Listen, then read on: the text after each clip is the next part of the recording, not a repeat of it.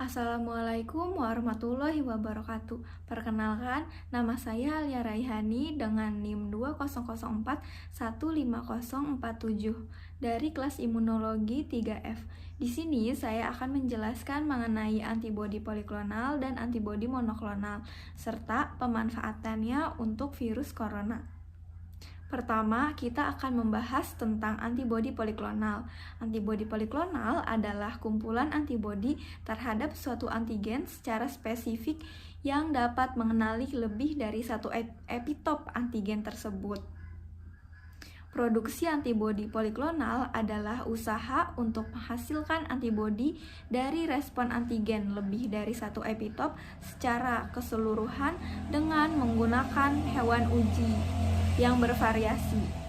Nah, hewan uji yang dipakai untuk produksi antibodi poliklonal yaitu ayam, encit, tikus, kelinci, kambing, dan kuda. Berikut adalah cara produksi antibodi poliklonal. Cara produksi antibodi poliklonal yaitu yang pertama, diproduksi dengan imunisasi hewan uji dengan antigen yang tepat. Yang kedua, serum dari hewan yang terimunisasi tersebut dikumpulkan. Yang ketiga, antibodi dalam serum dapat diimunkan lebih lanjut. Yang keempat, karena satu antigen menginduksi produksi banyak antibodi, maka hasil berupa poliklonal atau antibodi campuran. Pada contoh di gambar ini menggunakan hewan uji kelinci. Yang pertama, menyuntikkan antigen ke kelinci, kemudian antigen mengaktifkan sel B. Yang ketiga, sel B plasma menghasilkan antibodi poliklonal. Yang keempat, memperoleh antiserum dari kelinci yang mengandung antibodi poliklonal. Selanjutnya, kita akan membahas tentang antibodi monoklonal. Antibodi monoklonal adalah kumpulan antibodi terhadap suatu antigen yang dapat mengenali hanya dari satu epitop saja. Produksi antibodi monoklonal untuk menghasilkan antibodi dari respon antigen yang spesifik untuk satu epitop saja yang dilakukan secara in vitro menggunakan sel immortal atau myeloma sel. Antibodi monoklonal memiliki sifat lebih spesifik dibandingkan antibodi poliklonal karena dapat mengikat satu epitop antigen dan dapat dibuat dengan jumlah yang tak terbatas. Berikut ini saya akan menjelaskan mengenai produksi antibodi monoklonal. Cara produksi antibodi monoklonal. Di sini hewan uji yang dipakai yaitu tikus. Yang pertama, tikus disuntikan antigen agar menghasilkan antibodi.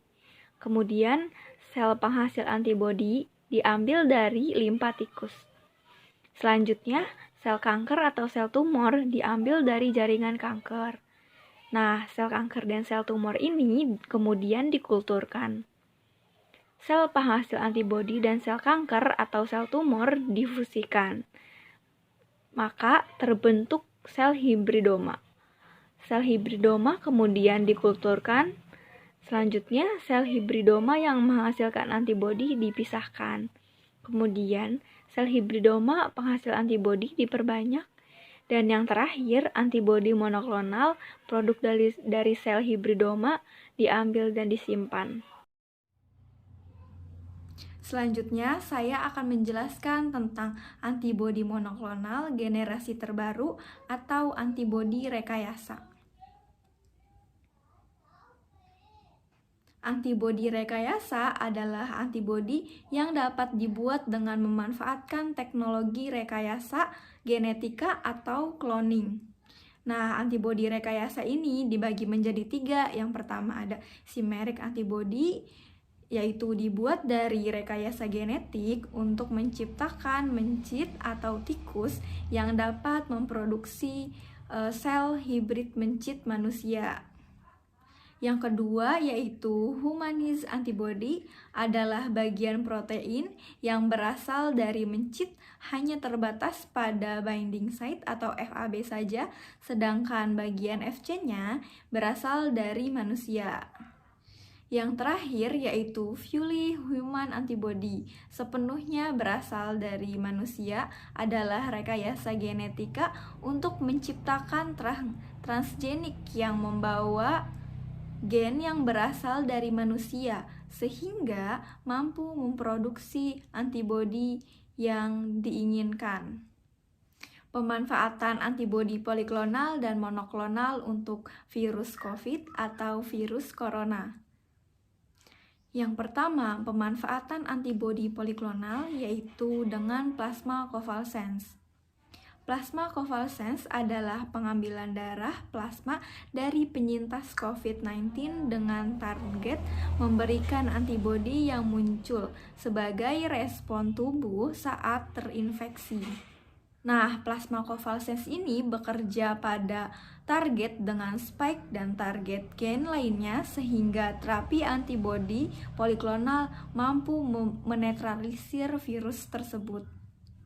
Selanjutnya, pemanfaatan antibodi monoklonal yaitu dengan Regdanvimab.